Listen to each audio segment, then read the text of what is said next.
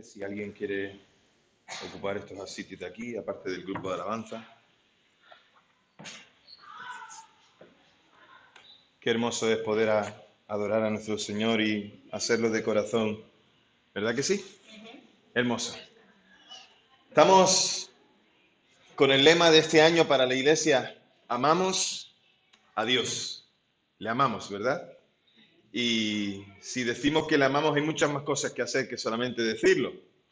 Vamos a ir a un pasaje en la Biblia, en el Evangelio según San Marcos. Evangelio de Marcos, capítulo 12, versículo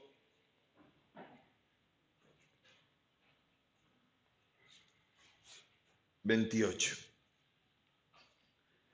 Evangelio de Marcos, capítulo 12, versículo 28.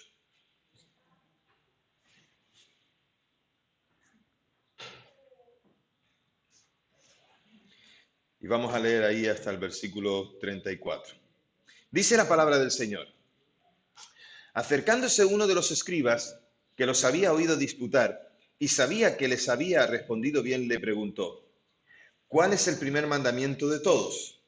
Jesús le respondió: el primer mandamiento de todos es: oye, Israel, el Señor nuestro Dios, el Señor uno es.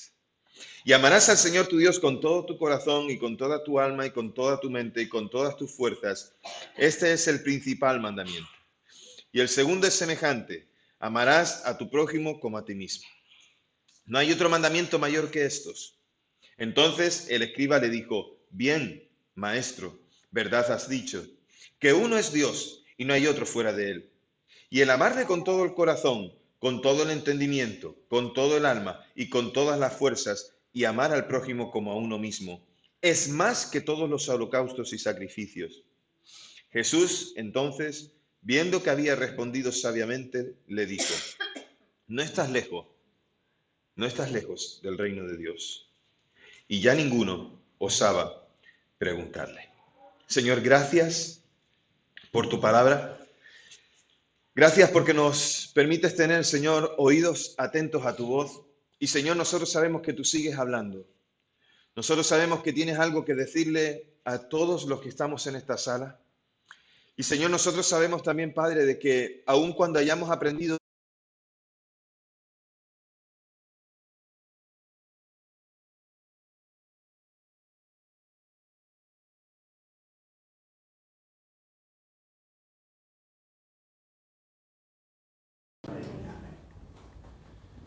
Qué bueno.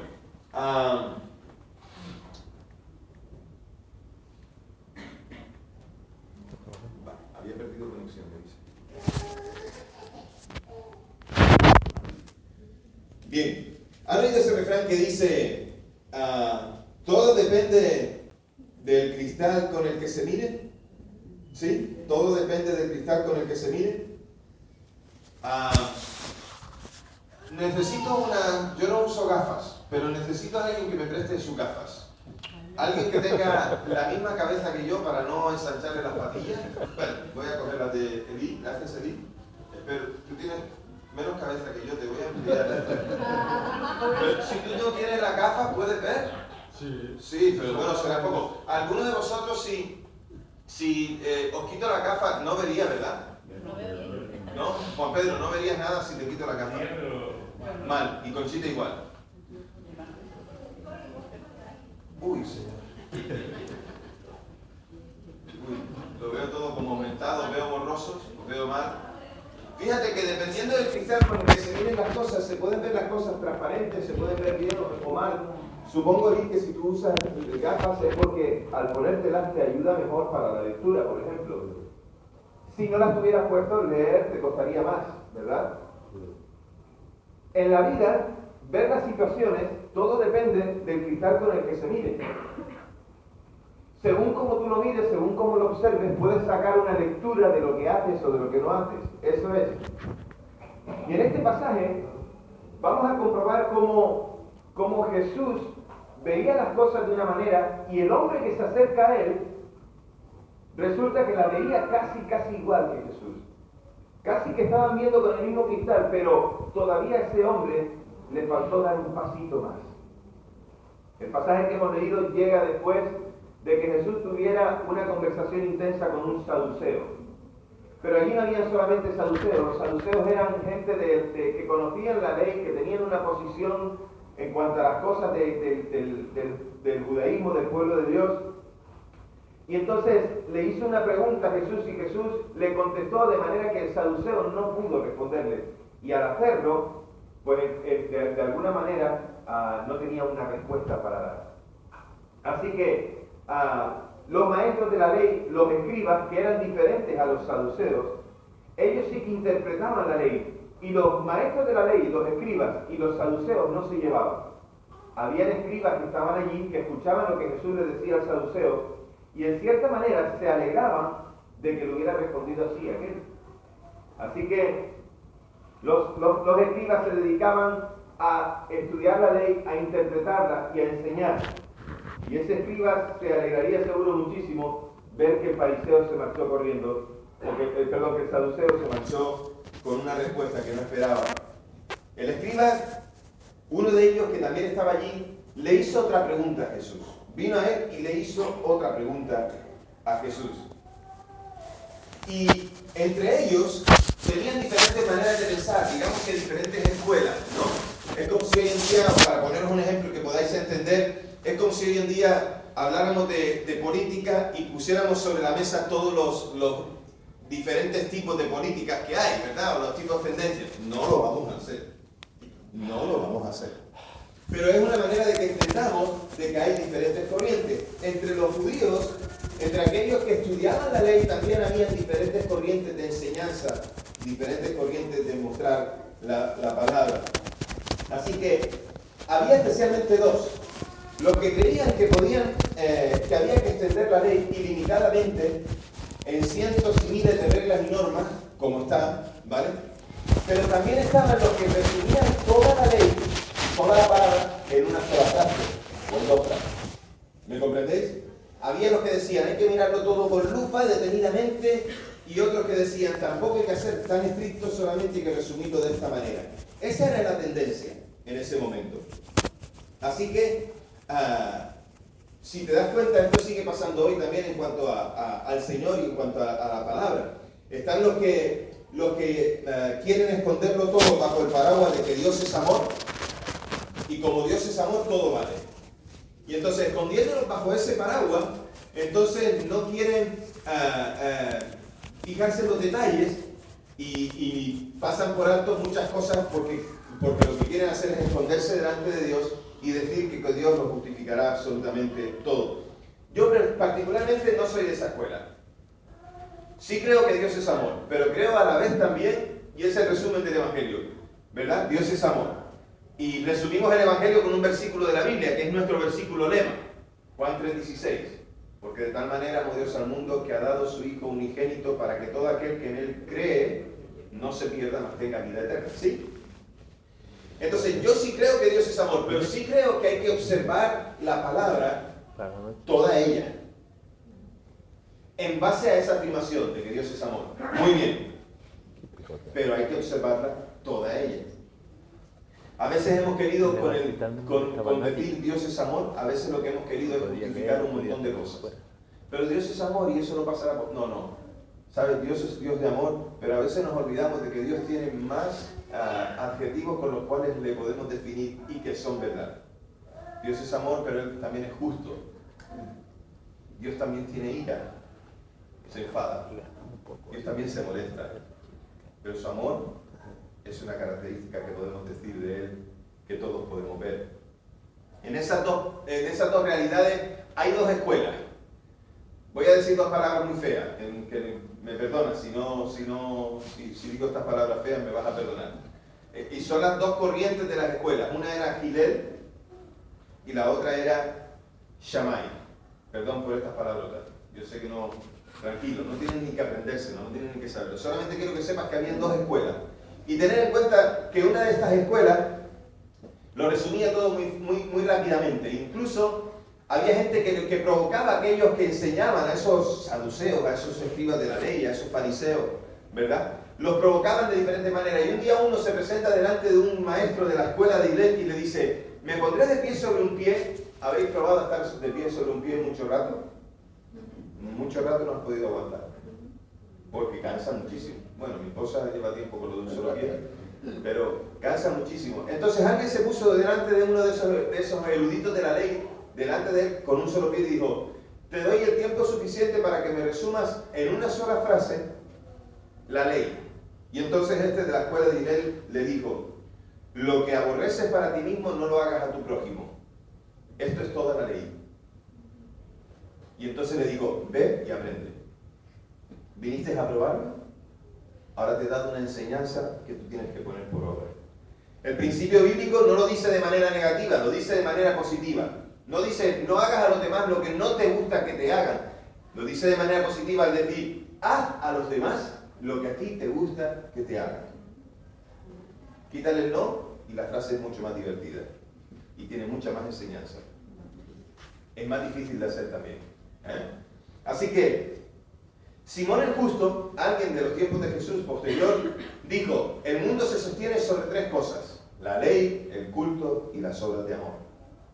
Y en aquella otra escuela que les mencioné, la de Shammai, se enseñó que había 613 mandamientos. Los hay. En el Antiguo Testamento tenemos 613 mandamientos. Son los 613 mandamientos que Dios entregó a Moisés en el monte Sinaí. Se los entregó. David redujo esos 613 en 11. En el Salmo 15. ¿Habéis leído alguna vez el Salmo 15? El Salmo 15 es un salmo que me acompañará todos los días de mi vida. ¿Por qué? Porque mi primera predicación fue del Salmo 15. El 1 de julio de 1990, a las 12 de la mañana, tenía 15 años cuando el pastor nos puso a predicar en la iglesia. 15 años. Habíamos aprendido a hacer un curso de preparación de sermones y nosotros habíamos dicho: bueno, pues ya aprendimos. Y el pastor dijo a los jóvenes que habíamos aprendido: tú predicarás por la mañana, yo y a otro hermano de la iglesia, otro jovencito, dijo: y tú predicarás por la tarde. Y nosotros decíamos: no, nosotros no queremos predicar, solo queríamos aprender para de vez en cuando predicar a los jóvenes. Yo digo: yo no he perdido mi tiempo. Aquel hombre con su voz ronca, toscudo, solamente era más alto que todos nosotros, así que solamente mirarlo ya te imponía. Por lo cual entonces respondía: de acuerdo. La primera predicación fue en la iglesia, la segunda todavía fue más complicada. ¿Saben por qué? Porque me puso en un parque con un megáfono a predicar el evangelio. Ay de nuestros jóvenes. Yo tengo que resarcirme de aquello y lo mejor será dejarlo con los propios jóvenes de la iglesia.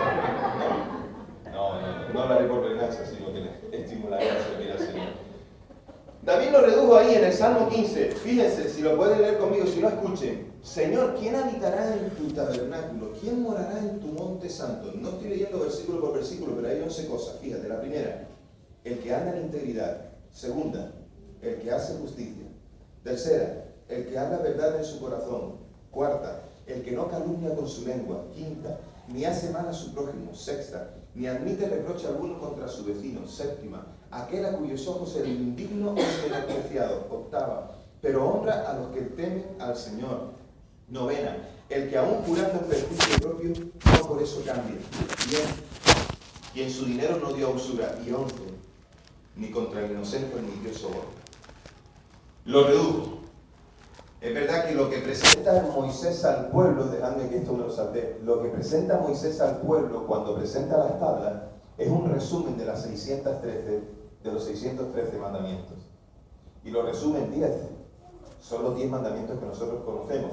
Los 4 primeros tienen que ver de nuestra relación del hombre con Dios o Dios con el hombre. Los otros 6 tienen que ver de nuestra relación los unos con los otros. Si piensas en la cruz, que nosotros la tenemos vacía porque Cristo no está en la cruz, Cristo bajó de la cruz y resucitó al tercer día y está a la diestra del Padre. Digan amén. Amén. Vale, no para que nada, porque alguno se me está durmiendo, es para que se despierte.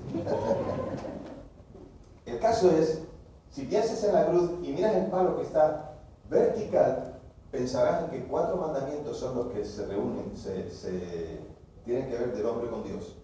Y los otros 6 tienen que ver con el palo horizontal, que tiene que ver de mí para con los demás hombres. O sea, si tiro mis brazos es para contigo, que estás a mi misma altura cuando estamos de pie. El caso es que David los resume en 11 diferentes, pero son leyes que son importantes en su corazón. Dice, ¿quién habitará en tu santo tabernáculo, en el lugar santísimo donde tú estás? Y él lo resume con esos 11. Isaías, más tarde, en Isaías capítulo 33, versículo 15, lo reduce a 6. Fíjate, ¿qué 6? Dice que el que camina en justicia, la primera. Segunda, el que habla lo recto. Tercera, el que aborrece la ganancia de violencias. Cuarto, el que sacude sus manos para no recibir soborno. Esto habría que leérselo a nuestros políticos, ¿a que sí? Grabárselo. Grabárselo. Quinta, el que se tapa los oídos para no oír propuestas sanguinarias. Y sexta, el que cierra los ojos para no ver nada malo.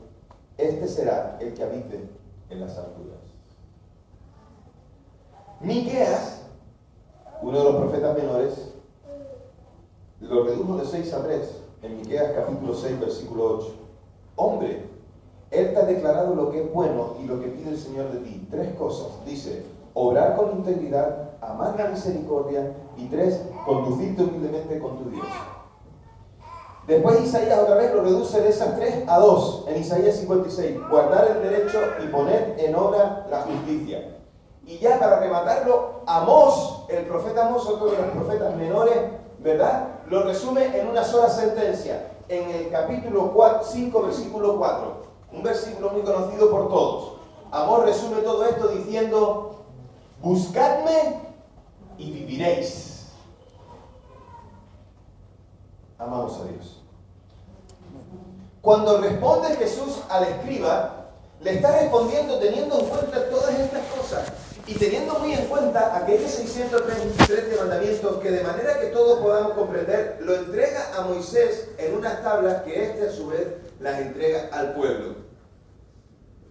4 mandamientos que tienen que ver de nuestro amor a Dios, 6 mandamientos de nuestro amor al prójimo. Por eso cuando el escriba le hace la pregunta y le dice, ¿cuál es el primer y gran mandamiento? Jesús le contesta conociendo todas estas cosas. Porque no es solamente un concepto, es algo que Jesús conoce y que vive, y es algo que nosotros debemos conocer y vivir. De ahí la importancia de conocer la palabra para no ser hallados culpables, y la importancia de vivirla como expresión de nuestro amor a Dios. De eso ya hablaremos, hoy solamente una introducción. Es decir, a estos les gustaba reducir todo porque les gustaba tener una frase que lo resumiera todo. Y eso no está mal. ¿Dónde están los estudiantes? Pablo, Belén, ¿dónde está el resto? ¿Están abajo con los niños? Vale, algunos. Vale. ¿Se imaginan qué guay sería que cuando el profesor dice el temario para el examen, 3 temas? Vale, pero solo va a haber una pregunta porque solo hay una respuesta que resume los 3 temas. Sería fantástico, ¿a que sí? Llegar al examen y decir, no sé, ¿cómo? 2 más 2 son 4. Ese es el resumen del examen de matemáticas. Sería excelente, ¿a que sí? Hay gente que reduce las cosas a la misma expresión. ¿Verdad que no sería una realidad que se presentara un estudiante a hacer un examen teniendo en cuenta que solo había una respuesta posible porque está todo resumido en eso? No podemos de la misma manera resumir tan sencillo la palabra de Dios, aunque a la vez también tenemos frases con las que podemos expresar eso mismo, con las que podemos manifestar eso mismo. Así que algunos creían que había temas que eran más ligeros en la Biblia y otros más graves. Daos cuenta que estoy contando el contexto con el cual el escriba viene a hacer la pregunta y el contexto con el cual Jesús le responde, porque si no, no podíamos entender por qué amamos a Dios antes de cualquier otra cosa y después amamos a nuestro prójimo.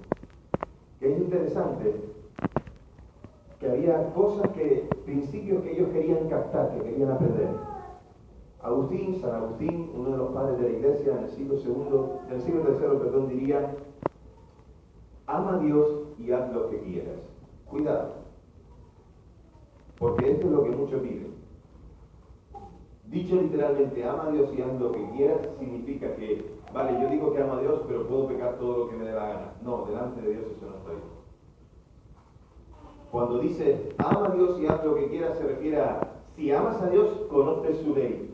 Si amas a Dios y conoces su ley, actúas en consecuencia. Entonces, haz lo que quieras, pero dentro de los parámetros que Dios te propone, Porque esos parámetros que Dios te propone son buenos para tu vida. Si observamos la Escritura, si la guardamos en nuestro corazón, si la memorizamos, si la vivimos, nos va a ir bien. Y esto es basado en un versículo de la Biblia, Josué capítulo 1, versículo 8, ¿no? O 9. 8. ¿Me ayudáis? ¿Lo conocéis? ¿Sí? Nunca se apartará de tu boca este libro de la ley, sino que de día y de noche meditarás en él, para que hagas y guardes conforme a como en él está escrito, y entonces harás prosperar tu camino y todo te saldrá bien. ¿Qué es lo que tienes que hacer para que te vaya bien? Ama a Dios, mira su palabra y te irá bien. Pero si no conoces la palabra y haces lo que quieres, no te va a ir bien. Y en esto hay consecuencias. Muchas veces me han venido hermanos a mí a decirme, pastor, mire, tengo estas circunstancias y he hecho esto y esto y esto y esto. ¿Y qué hago? Digo, ¿qué vas a hacer si ya lo has hecho? Me vienes a preguntar cuando ya está la decisión tomada.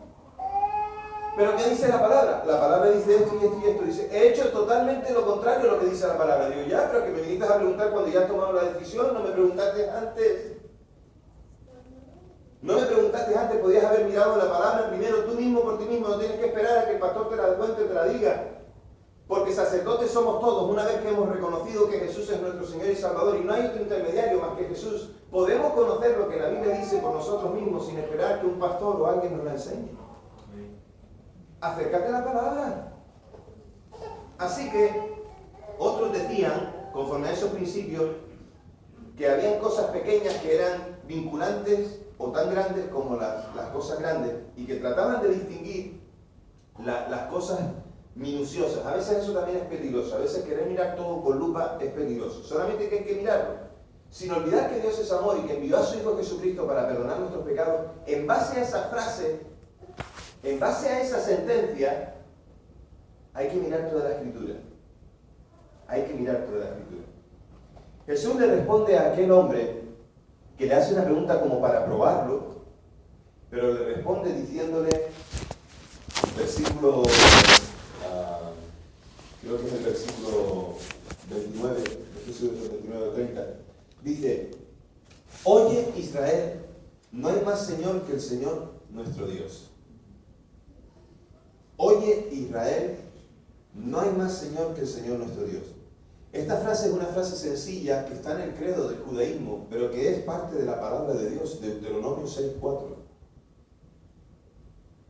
Escucha Israel, oye Israel, el Señor nuestro Dios, el Señor, uno es. Se usaba esta frase de tres formas. A esta expresión, a esta oración con la que empezaban cualquier liturgia, ¿vale? Y se hacía el culto incluso en la sinagoga, se le llamaba la Shema. Cuando tú dices, vamos a orar la Shema, siempre empiezas diciendo, oye Israel, el Señor nuestro Dios, el Señor uno es. Shema es un imperativo, es una palabra, es un verbo en imperativo del verbo oír. Cuando tú dices Shema, lo que estás diciendo es, escucha, oye. ¿Qué dice? ¿Y qué dice? En hebreo. Que tengo la apuntadora aquí que me va diciendo. En hebreo, cuando dices Shema, es la voz que tú dices oír. En imperativo, en español, en castellano sería lo mismo, decir oír. Estás invitando a la gente a que oiga algo, que haga una acción. Y dice que esta es la frase con la que se comienza cualquier celebración cúltica en la sinagoga hasta el día de hoy. Tomada de ese capítulo 6 de Deuteronomio, pero también del capítulo 11 y de la bendición a los sacerdotes en Números capítulo 15. Que esto confiesa algo importante. Solo hay un Dios. Uno. Y esto es fundamental en el judaísmo. La segunda cosa aquí, para entender esto de la Shema, es que los tres pasajes de la Shema se escribían en una filacteria. Una filacteria son unas tiras de piel que se ponían los judíos cerca del lugar donde oraban, bien en la frente o bien en las muñecas, para recordar cuál era su credo, para recordar que ellos solo adoran a un solo Dios. Tercera cosa es que la Shema se guardaba también en una cajita cilíndrica que se llama mezuzá. Perdón por todas estas palabras que estoy diciendo. Ya sé que no te vas a acordar de ellas cuando salgas de aquí. No me importa. Lo que quiero que sepas es la enseñanza principal de todo esto, ¿vale? La mezcla se colocaba en las puertas de las casas y en las entradas a las habitaciones. ¿Sabes para qué? Para que cuando la veías pudieras recordar que tu entrada y tu salida, en tu entrada y en tu salida, siempre tenías que tener presente ¿a quién? A Dios. Su ley. ¿No habéis bendecido alguna vez a alguien orando por ellos, diciéndole, Señor, bendigo la entrada y la salida de esto? Porque lo que estás diciendo es que Dios siempre esté presente. No es que entre por un lugar que... No, es que Dios esté siempre presente. Eso es lo que significa. Cuando Jesús citó esta frase de, oye, Israel, el Señor nuestro Dios uno es, lo expresa como parte del primer mandamiento, que cualquier judío devoto, fiel, lo hubiera confesado de la misma manera. De la misma manera. Entonces es cuando le dice, amarás a tu prójimo como a ti mismo. Le dice que importante es amar a Dios conforme a lo que Dios ha enseñado, pero también le dice, tienes que amar a tu prójimo como a ti mismo. Y aquí, hermanos, es el lugar donde Dios nos pone entre la espada y la pared. Porque es muy fácil decir que amamos a Dios, pero también tenemos que amar a nuestro prójimo. Y esto, cuando Jesús menciona esto, lo que hace es unir dos textos de la Biblia y hacerlo uno solo. Y he pasado en Levítico 19, 18. Jesús hizo una cosa insólita. Unir esos dos versículos, unir esas dos porciones de la Biblia para darle un solo sentido. Y esa porción incluía a otros judíos. Cuando decía, amarás a tu prójimo como a ti mismo, incluía de judío a judío. Pero excluía a los gentiles, a los que eran de otras naciones, a los cuales incluso se daba permiso para que los pudieras rechazar. Jesús viene y hace una lectura nueva de esto, hablándole al escriba y para que sus discípulos también escuchen, y nos llega a nosotros hoy. Primer y gran mandamiento, amarás a Dios con todo tu corazón, con toda tu mente, con todas tus fuerzas, y dice, y este es el segundo, y al prójimo como a ti mismo. Lo que dice Jesús es, mucho más allá, no tienes que amar solamente al judío, también tienes que amar al gentil. Lo que viene a decir es que Jesús cita este mandamiento sin reservas ni fronteras. No hay ningún linde que limite quién puede entrar y quién no. Cuando digo la palabra linde, ¿sabéis lo que es? ¿Quién no sabe lo que es una linde? Vale, os lo explico. La linde, yo la aprendí cuando era niño. Mi padre compró unas tierras y cuando compró aquellas tierras, la manera en la que tenían para poder saber dónde era el límite de una tierra con otra tierra, era que se ponía una piedra en un lugar y otra piedra en el otro lugar. La línea imaginaria que corría entre las dos piedras, eso es la linde, es la frontera o es el lugar del medio. ¿Entendéis ahora? Digamos que lo que Jesús viene a decir es, en esto que os enseño, ahora no hay límite. Hace un par de semanas os decía, es muy fácil amar a aquellos que nos aman, que podrían ser nuestros semejantes. En este caso el levítico, el judío para con el judío, porque eran del mismo pueblo, de la misma nación, eran familia, hijos de aquellos patriarcas, aquellos 12 hijos de Jacob, que heredaron la tierra prometida. Era muy fácil de tú a tú amar a aquellos que te aman, pero qué difícil es amar a tu prójimo, qué difícil es amar a tu enemigo. Jesús tomó una ley antigua, le da un nuevo significado, y la cosa nueva que hizo Jesús fue unir aquellas dos leyes, aquellos dos mandamientos, para no dejar absolutamente a nadie fuera. Por lo tanto, si decimos que amamos a Dios, también tenemos que amar a nuestro prójimo. Y esto no es palabra de Samuel, esto es palabra de Dios. Él dice que la única manera de probar que se ama a Dios es amando a los hombres. Y se lo dice al escriba. Y el escriba aceptó esto. El hombre que vino a preguntarle a Jesús, a ponerle una prueba, estaba de acuerdo con Jesús. Entonces el escriba aceptó eso de buena gana. Y el escriba añadió, es verdad que a Dios le agrada esto, y mucho más que cualquier sacrificio. Primera de Samuel, capítulo 15, versículo 22. Es que se complace el Señor tanto en holocaustos y sacrificios como en que se le obedezcan sus palabras. Mejor es obedecerle que ofrecer sacrificio y prestarle atención que el cebo de los carneros.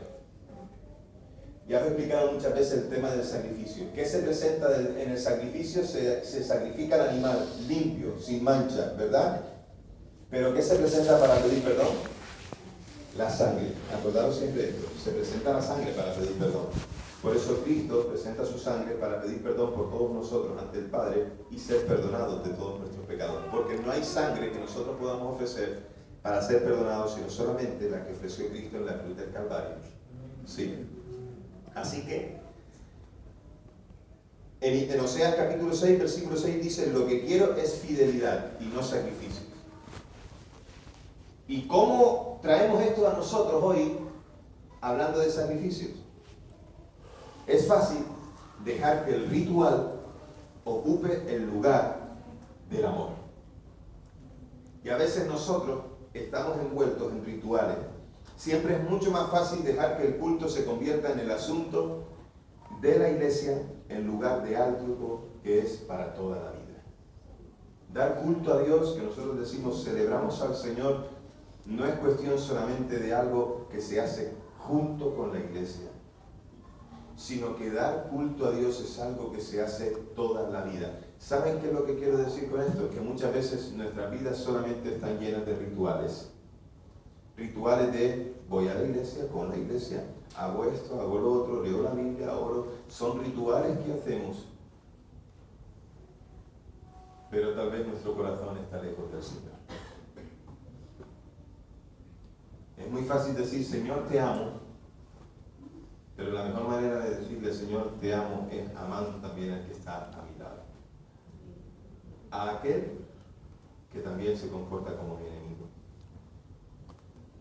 Y lo que Jesús viene a enseñarle a estos es, a este escriba y a todos sus discípulos, es algo parecido a que, ¿recuerdan la parábola del buen samaritano? Pasó un sacerdote y pasó un levita, y vieron a aquel moribundo después de la paliza que le habían pegado a aquellos ladrones. ¿Saben cuál es la razón por la que no le atendieron? Porque tenían que hacer sus rituales. Muchas veces no amamos a los que están a nuestro alrededor porque estamos muy ocupados con los rituales. Es el tiempo de que la iglesia salga de la cotidianidad. Tiene que salir del ritual. ¿Y saben qué? Intentaremos por todos los medios que en esta iglesia no cumplamos ritos solamente. Intentaremos por todos los medios no intentar colar el camello por el ojo de la aguja, pero dejar pasar otras cosas. Intentaremos por todos los medios que cuando decimos que amamos a Dios sea de verdad y no solamente porque nuestra boca se llena de palabras que no tienen ningún sentido. La Biblia dice que de la abundancia del corazón habla la boca. Y es cierto, podemos decir que amamos a Dios, pero oiga, es lo mismo que poder decir que ahí no hay cristal. Lo estoy diciendo con la boca, pero hay cristal. Intenta saltar, no vas a poder. Primero, si no hubiera cristal, intenta saltar, te vas a meter un castañetazo. Pero segundo, si intentas saltar sabiendo que hay cristal, te vas a dar el castañetazo igual. El caso es que queremos que lo que digamos sea lo que en nuestro corazón viva, lo que exprese nuestra vida. Así que necesitamos, como este escriba, que también pensaba como Jesús, estuvo de acuerdo con Jesús, pero hubo algo que produjo intensidad en aquel encuentro, en aquella pregunta y en aquella respuesta. Y es que Jesús miró al escriba fijamente para decirle, hasta aquí has llegado tú, por el conocimiento que tienes de la ley, pero ahora me has visto a mí. ¿No quieres seguir adelante conmigo y aceptar mi manera de ver las cosas? ¿No quieres ver las cosas con el mismo cristal con el que las veo yo? De ahí el ejemplo del principio. Mirar las cosas, todo depende del cristal con el que se miren las cosas. La manera de contemplar la vida y decir que amamos a Dios es con Cristo y no sin Él. No basta decir yo creo en Dios. Hay que creer lo que Él hizo por ti en Jesucristo para perdonar todos tus pecados. Le dice esto más o menos al escriba para decirle, Si crees, podrás llegar a ser un hijo de Dios. Si crees en mí, en Jesús. Y hoy la pregunta, o varias preguntas que tengo para ti, para reflexionar, son sencillas. La primera,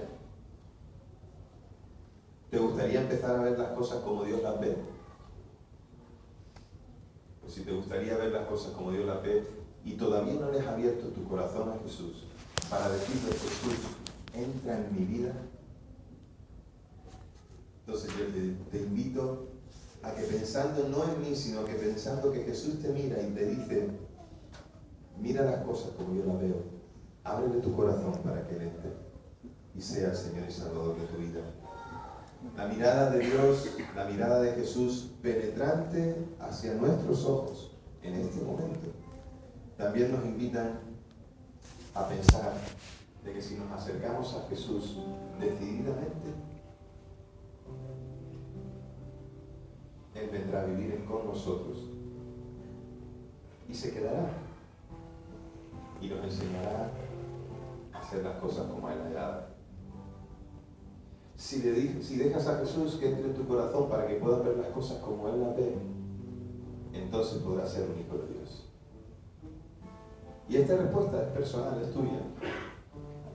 Solo si puedo decir que yo la tomé hace muchos años. Y hasta el día de hoy no me arrepiento, la verdad.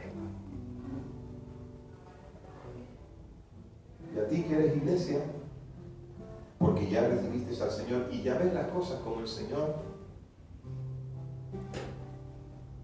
¿te gustaría también ver las cosas como Él las ve? Puedes romper el molde establecido, porque lo que hizo el escriba fue romper el molde de su tiempo. Tú puedes romper el molde de tu tiempo y dejar de ser una persona que convierte su vida en rituales para ser una persona que ama a Dios apasionadamente.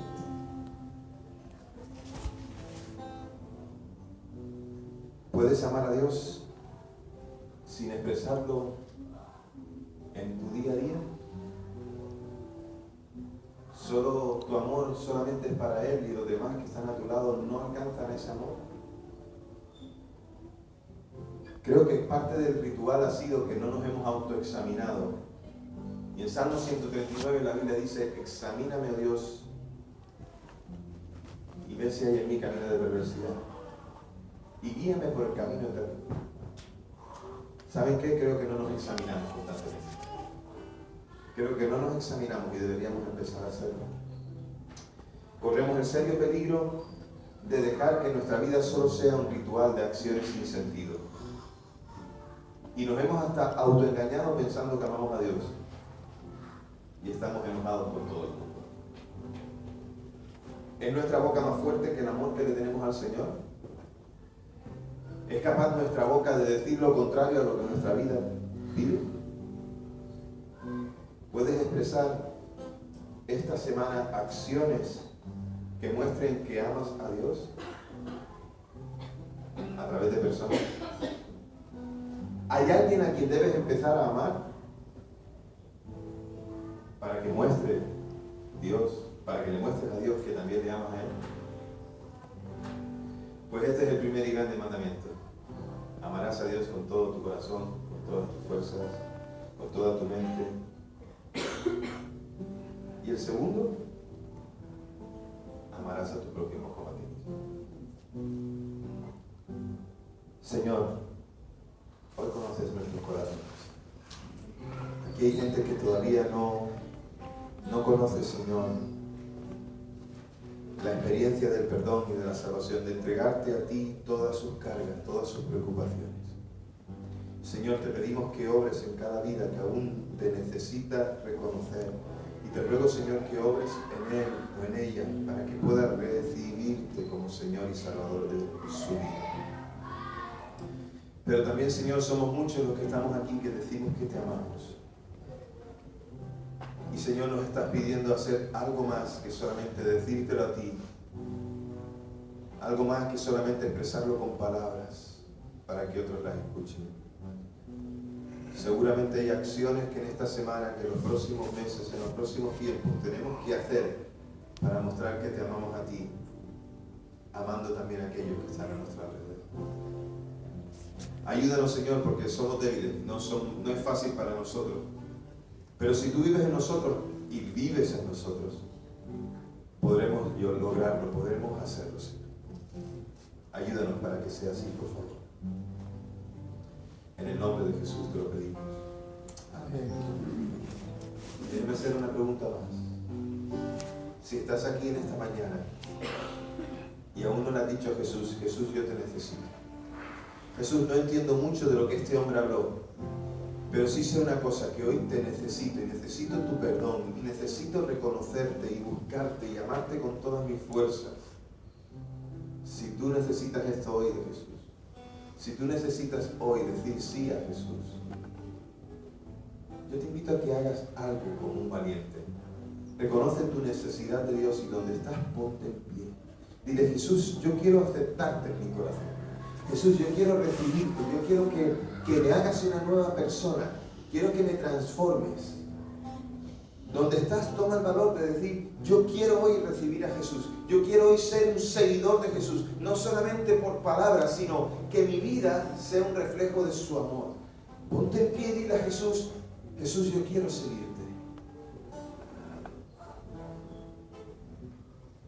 Pido que la iglesia esté orando en este momento. Tiempo para clamar al Señor por vida de hombres y mujeres que necesitan del Señor.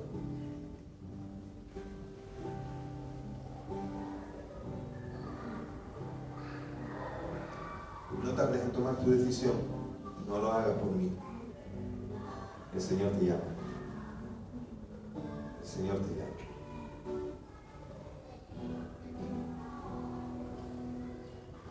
Antes cantábamos esa alabanza que dice, yo quiero enamorarme más de ti, Señor. Y posiblemente hay muchas acciones que todavía podemos hacer para mostrarle al Señor que le amamos. Si tú, iglesia, crees que tú eres una de esas personas que debes enamorarte más de Dios, haciendo cosas que el Señor te está pidiendo que hagas, te pido que te pongas en pie.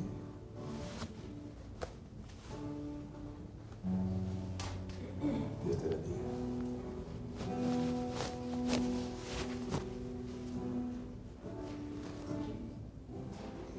Dios te bendiga.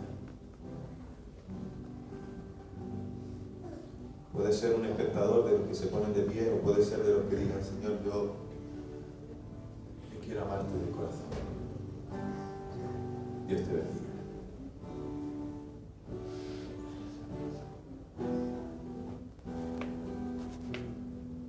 Señor, te doy las gracias por los que hoy quieren enamorarse más de ti. Y no solo aquí, en este lugar y ahora, sino en todo momento, Señor, quisiéramos ver a más gente queriendo enamorarse de ti. Por eso, Señor, pon en nosotros más sinceridad y menos ritual. Necesitamos desprendernos de los rituales, de las cosas encajonadas que siempre se hacen de la misma manera y de la misma forma. Necesitamos aprender a ser naturales conforme a nuestra relación contigo, Señor. Ayúdanos a ello, te lo suplicamos en el nombre de Jesús. Amén. Puedes tomar asiento. Piensa en todas esas cosas que tienes que hacer esta semana para mostrar que amas a Dios en los próximos meses. Y lo puedes hacer a través de la gente que está a tu alrededor. Te deseamos una feliz semana, te deseamos una semana muy bendecida, te deseamos una semana sincera delante de Dios, llena de su presencia, llena de su Espíritu Santo. Y nos